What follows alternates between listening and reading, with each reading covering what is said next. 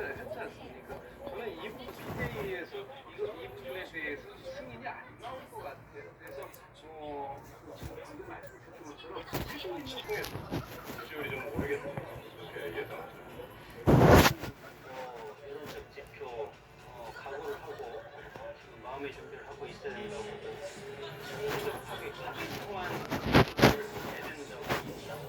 이 10명 중에 2명을 국민의힘을 찬성하고 나머지 5명은 선임문 기간이기 때문에 상당히 지금 민생적으로 열심히 하고 있는 모습을 국민들이 일정히 인정하고 있다는 것이고 그렇게 인정을 하고 있는데 탄핵을 다시 정당인 국민의힘은 지금 뭐하고 있죠?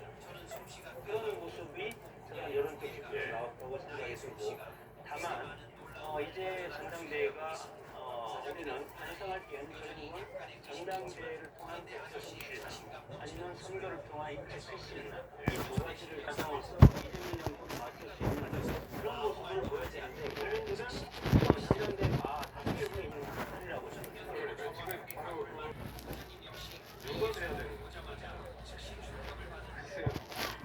국민의힘에서 누가 돼도 똑같지 않을까라고 하는 우려감들이 벌써 나오고 있는 거 아닙니까? 국민의힘의 지지율이 이제 10%대로 떨어졌다. 이런 게 전혀 느껴지지가 않고 있다라는 겁니다.